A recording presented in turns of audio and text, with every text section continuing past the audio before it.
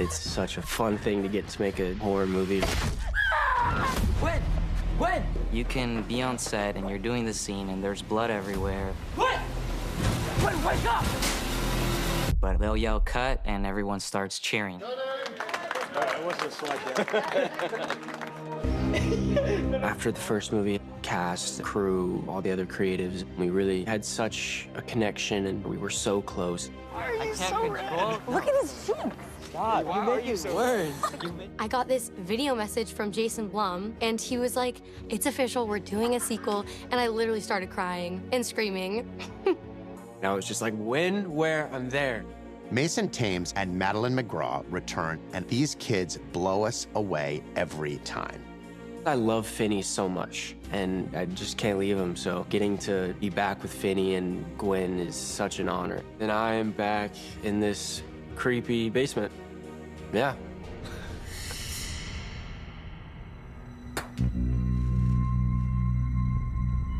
Finney is an angry dude. Even from the first movie, he's been such a complex character. Even more so now. Stay the fuck away from me. Anyone else? At the end of the first film, we see Finney return to school as an admired champion. Hi, Finney. But I think there's another part of us that believes that can't really be the end of this for him. He's dealing with the trauma of having been kidnapped by and eventually having to murder the grabber, which is a lot to reckon with. But he still shows up with all of the love for his sister and ready to tackle anything.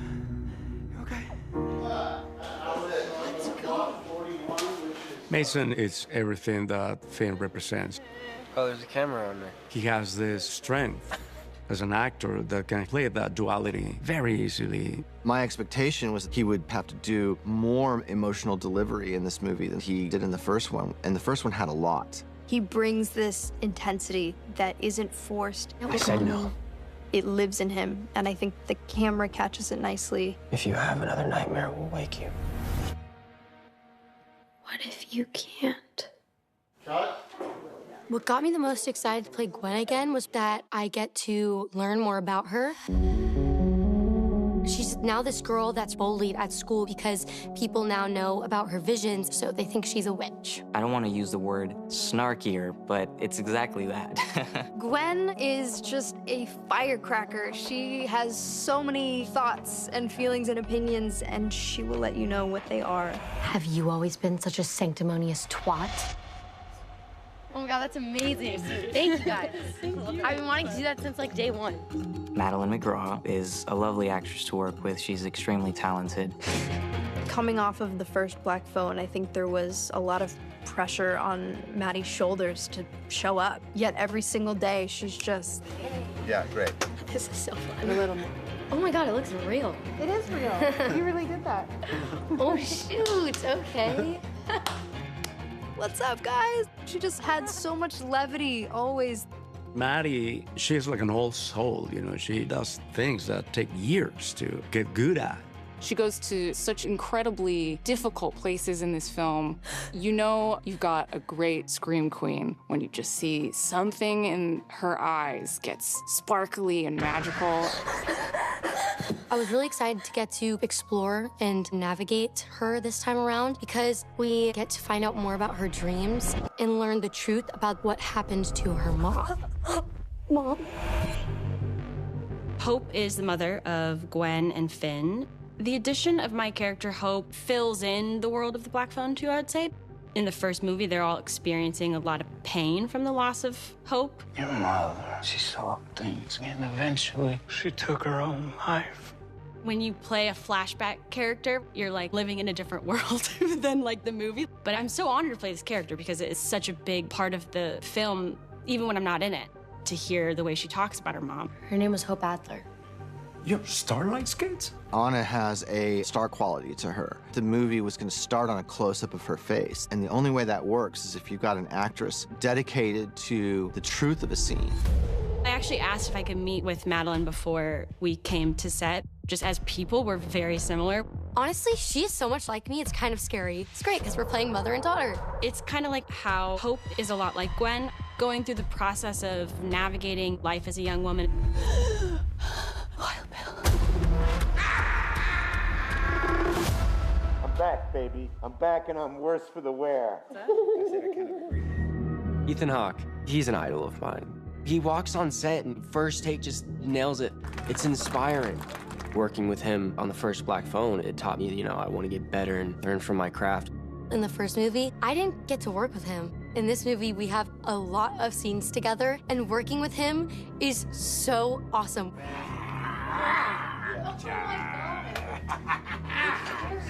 He was so supportive and so kind to me in between every single take. Hello. Always made sure that I was okay. Yeah. It's just so weird seeing him go from just Ethan whistling, walking around on set, I don't normally say this, but I think I'm gonna need somebody to help me put on my pants. to this terrifying, psychotic grabber. And what Ethan brings is eloquence. Abandon all hope. Those are lines that could be incredibly cringy on the lips of the wrong actor. Ethan Hawke did say that to play the character, he had to break a personal rule of his, which was the no bad guys rule. But I'll put an end to that. Everyone has a justification for the way they behave and the choices they make. He made a decision that he was going to play a character who did not need those rationalizations. How the tables have turned. Ernesto, get her out of here. Ernesto is Robin's brother from the first film. There's no title on it, but I'd like to say he's the love interest of Gwen. I don't like the way he looks at her. Finn didn't really like Ernesto at first. Ernesto looks a lot like Robin, and it's a reminder of the relationship that Robin had with Finn.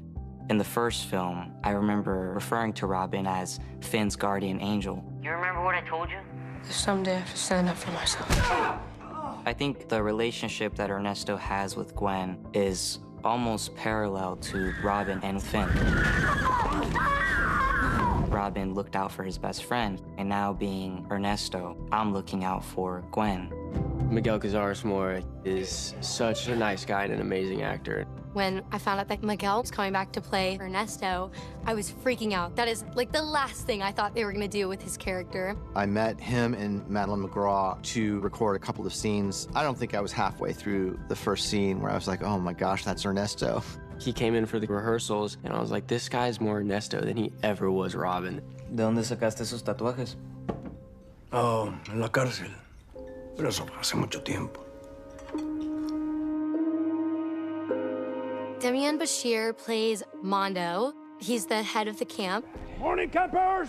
Mando had a rough life after making the wrong choices when he was younger. So he has this determination of finding the missing kids. We are gonna get those boys back. Damien is by far one of the most incredible actors I've ever shared the screen with. Damian Bashir is an Oscar-nominated actor's actor. There's all kinds of nuances in that performance that I'm always amazed by.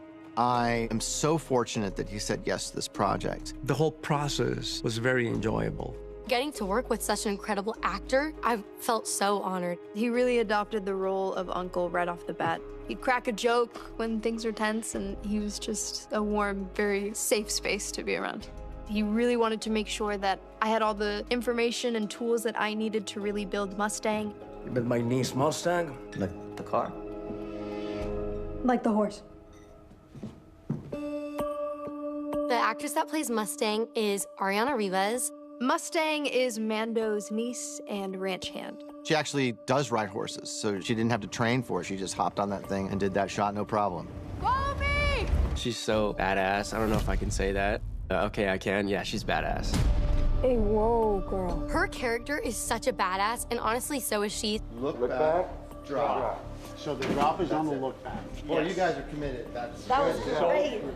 She likes to have conversations about the backstory of the character, and I got into explaining to her the dynamics of northern Colorado, where I lived, and how there was a big overlap between Mexican-American culture, but there's also a big cowboy culture, and she just represented a particular kind of girl that I went to school with. You think this is funny, Mustang? You getting your horns clipped? Yeah, I do. And action! Literally everyone on the set has been so kind and so caring. Going to work with your friends is something that's always going to be fun. I think a great horror movie has to connect with the audience emotionally. It's not just about the low-hanging fruit of jump scares. You need real stakes, you need characters to believe in, and a sense that the story means something more. They feel like literal family to me. It was all surreal, and I'll always be grateful for that entire experience. I'm gonna cry.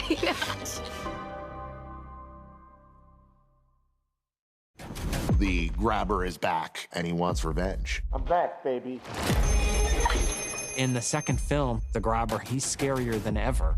Well, he's a supernatural creature now. He's a truly terrifying beast of rage and sadism. He's evolved from a creepy serial killer to a ghost serial killer. It's just awesome. Did you think that our story was over, Finney? The idea of bringing him back was something I was always excited about. It's Black Phone 2, now he's the ghost. I am a bottomless pit of sin. That's it, head there. This is just a wide master for all the action. When Joe said that he had an idea for a sequel, of course I'm going to take it very seriously. The idea was right there in the first film. Dead people are calling Finney on the phone. The grabber is dead. And then when you realize that it's your mom, I want you to actually sort of come in more like this. It really is a movie about a brother and a sister. The grabber had killed their mother. Hello? Hello? I was so impressed with the way Scott and Cargill deepened the mythology while keeping the intimacy of the first film. Good. The grabber's goal in the second movie is to take down Finn by hurting Gwen. The door will start slowly opening. The grabber's motivation is to make you believe that nightmares will never go away, that a ghost can stay in your heart and your mind forever if you don't expiate that evil out of you. Most people think of hell as just a lake of fire, but in Dante's Inferno, the bottommost layers are frozen. Hell is ice. He's just a frozen entity from hell. So the devil has come to torture you. Now the mask is covered in frost and frozen. He takes his mask off in this film. We see what has happened to his face, and that is a pretty nasty bit. We're seeing something that's not really human anymore, and that mask has become who he really is. 3, 2, 1, go, and then react to that. Scott didn't want me to see much of him until there was this stunt scene. The grabber wraps the belt around my neck and starts choking me. That was the most insane thing I've ever seen in my life. That was so sick and terrifying. It was so sick. We had a very interesting time designing his ice feet. These are not scary. No. And how ice affected his body. He had been frozen in hell for all these years since the first movie. Just seeing it all up close with his skin kind of puffing out from the sides. It's gross. It's so dark and gruesome, and he's a lot more powerful than in the first film. I have needs, just like everyone else. Yeah, awesome. All the hands come in at the same time. Good. The new group of ghost kids is very different from the first film. The way I approached the hair had to work with the injuries that they have sustained. For example, Spike has his face cut in half, so we had to create a hairdo that when his face would fall off in half, the hair would maintain its integrity, and we could continue to do multiple takes with the hair splitting in half. That's the smoker effect for the jacket, so we get some ghosty, ethereal smoke action. And then for Cal, he has a massive burn on his face, which would require a lot of prosthetics. And we worked out that we needed to go as tight as possible to the scalp for the prosthetic to adhere nicely, which was appropriate to the era, but also makes the prosthetic have a nice amount of skin to stick to.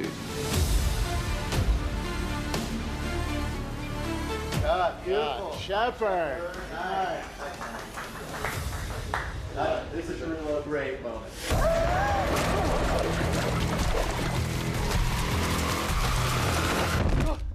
sequence we're doing here right now is the grabber comes up behind Maddie and he breaks the glass, grabs the foam cord, wraps it around her neck, slams her up to the top of the phone booth, brings her down, wraps the cord around, and then she goes for a 100-mile-an-hour spin. And blood goes all over the phone booth. We have a rig over there that spins, and we're providing the horsepower over here with a winch that we're going to operate. These lines go and wrap around. We just can spin it left and right at some pretty fast speeds. Then the next shot is the big spin with the blood rig. We have the blood bladder that we're going to be putting down under the wardrobe, and she's going to spin on that rotisserie rig. You're going to see lots of that, and we're going to paint the inside of the phone booth with a nice fine mist. We had to reproduce the spinning of the blood against all the windows inside the booth, so we have a paint mixer and a sponge and a very sticky technician. Gwen, wake up! Gwen, wake up! So the last thing we're gonna do, Maddie, is pour it across the top of your head, and it's gonna drip down. Okay. Scott purposely wrote in some crazy things just because he knows that I would enjoy doing it so much. He told the stunt crew, let Maddie do the stunts. She wants to do them. She loves doing stunts. So I actually did like a bunch of stunt training.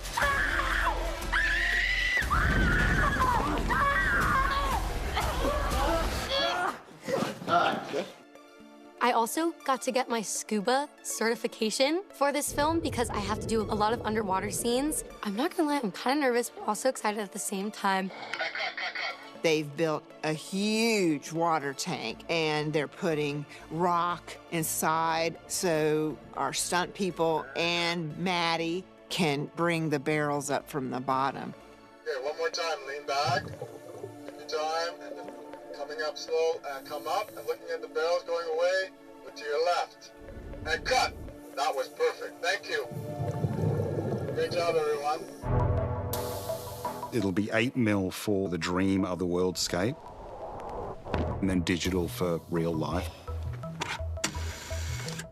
In the same way that so many analog components are scary in movies, there's a texture to 8mm film that you just can't get anywhere else. It's so scary. All of the scratches and light leaks and jitter that comes with it add to the scariness and the texture. The jumping between Super 8 format to that pristine, contemporary digital format, I'm really, really looking forward to it. What do you think happens when you die in this realm? I'd wake up. We're going to have the grabber entering her dreams, and Scott's like, oh man, it's this film I caught late night back in like 1983, and you gotta watch the scene. Being chased by the grabber, I'm in my house, and then all of a sudden, I'm transported to the basement. And then I'm running through the basement, I jump into the freezer, and then the grabber, he like slashes my arm. And it starts gushing blood.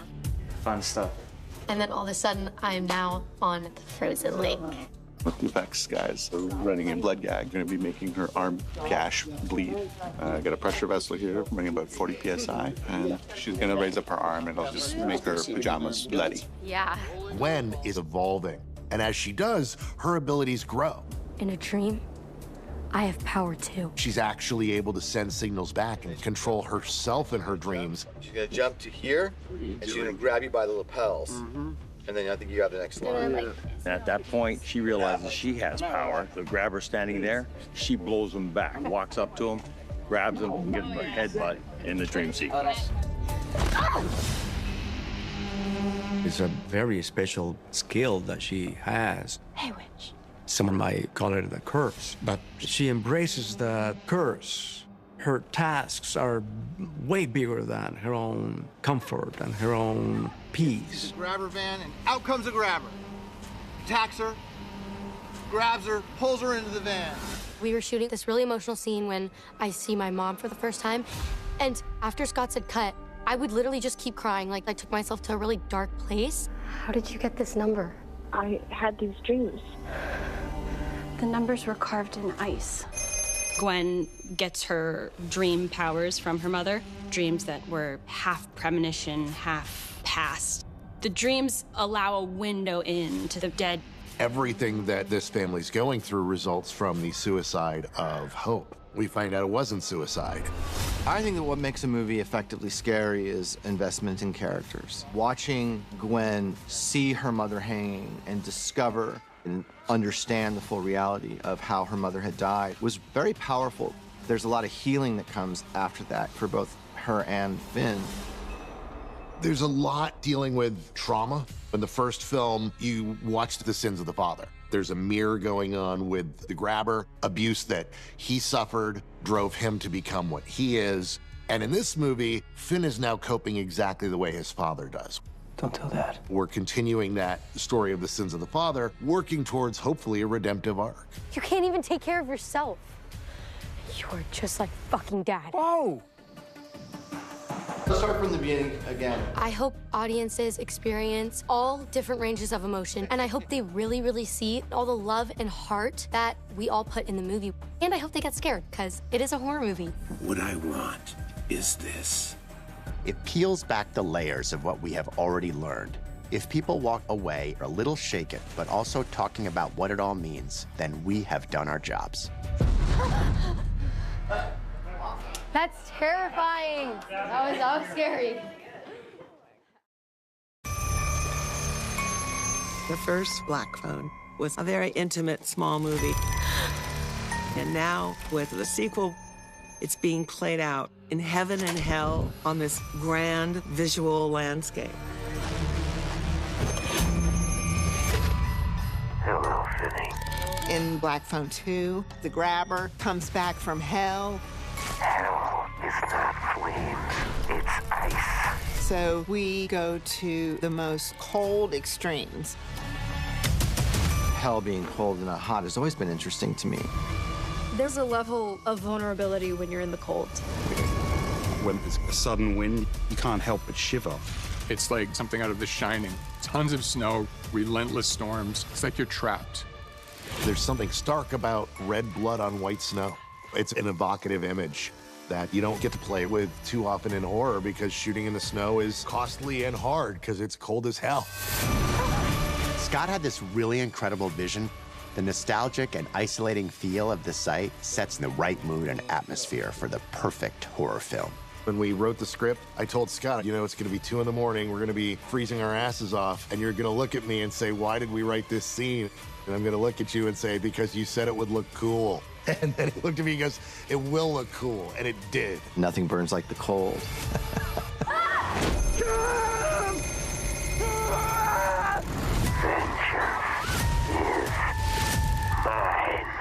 Cut. Very nice. And the decision to make a sequel involved envisioning the era that it would be when these kids are 15 and 17. And so it would be 1982.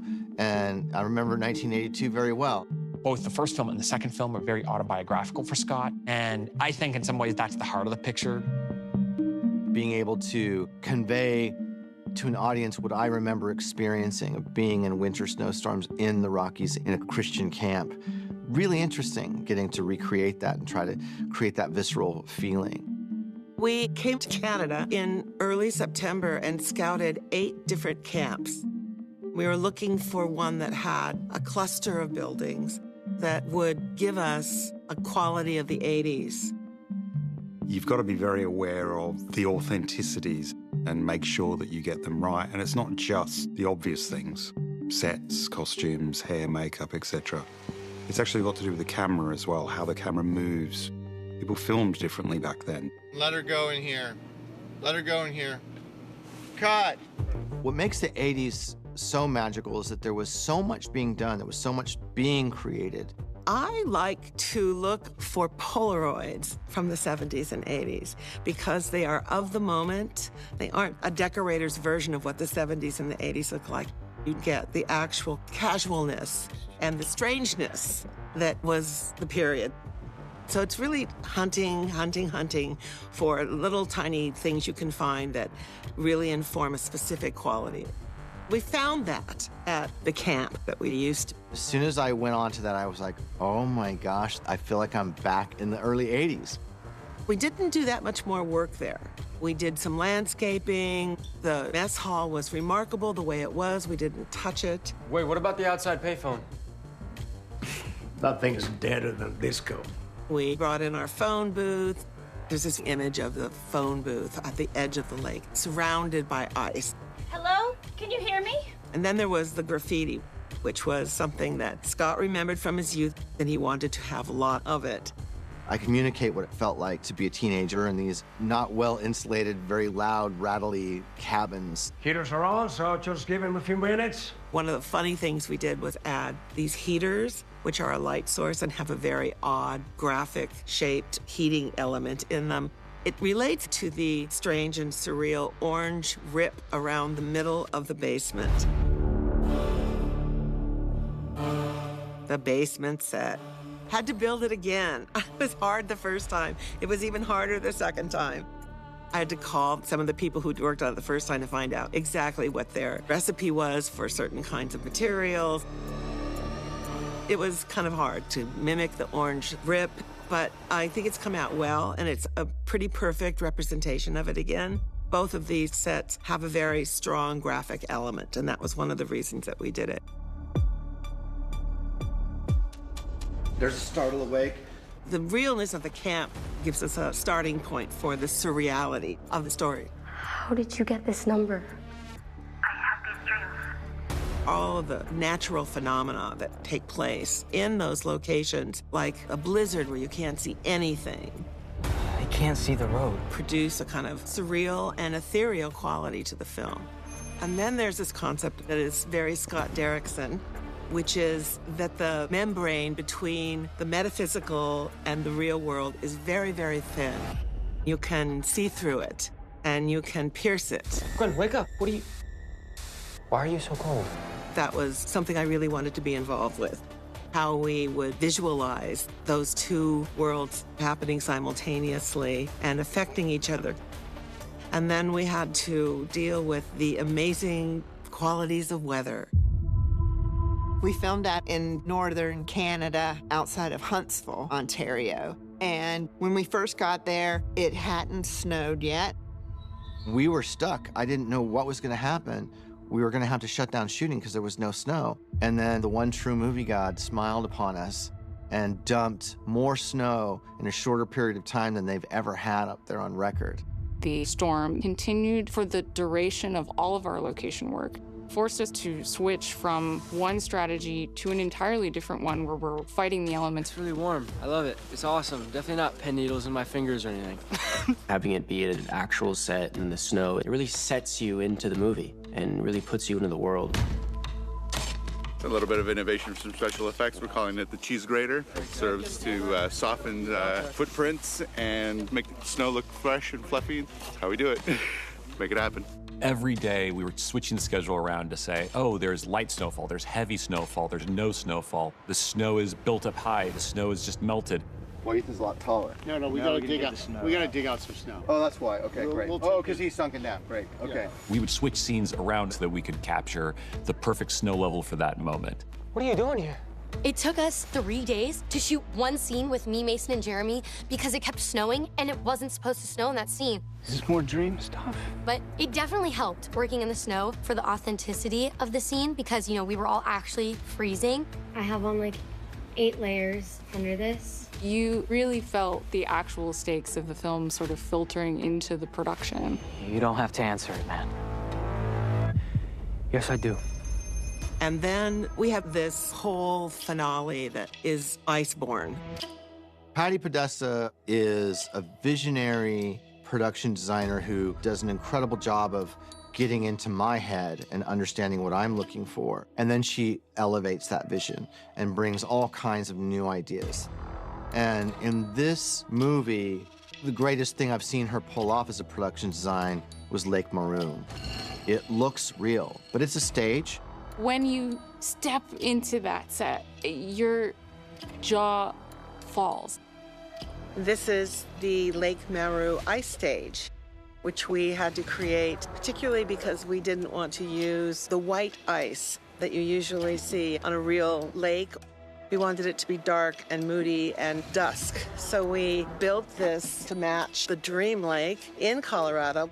Ivan Moran, the visual effects supervisor, decided that if this was going to work, we couldn't have the CG-generated background. We had to go get real plates. We had to design the lake around a real lake. And so when you're looking at the mountains high up in the background of Lake Meru, the reason they look real is they are. That's photographed material. And then we painted all of this floor in a design that we developed over the course of weeks and weeks to have this sort of dark, murky surface that they will look into in various ways. We needed to sculpt a hillside and add all these trees and snow to it. For other parts that couldn't be done on that set, we built a low tank that has a machine that ice breaks and falls into it when people step on it. That was really fun and a strange engineering design. And we also are building a high tank where we shoot all the underwater scenes. And I had to engineer how the ice top works with that. Ready for action, man. Let's do this. It's been a really great collaboration between every department. We didn't do any of these things the way people do them usually in movies. We did a different look. What we did with the water, what we've done with the snow, like, it's just such a different combination of things. It's a lot bigger in scope, loads more locations, lots of weather. It's just much bigger and grander.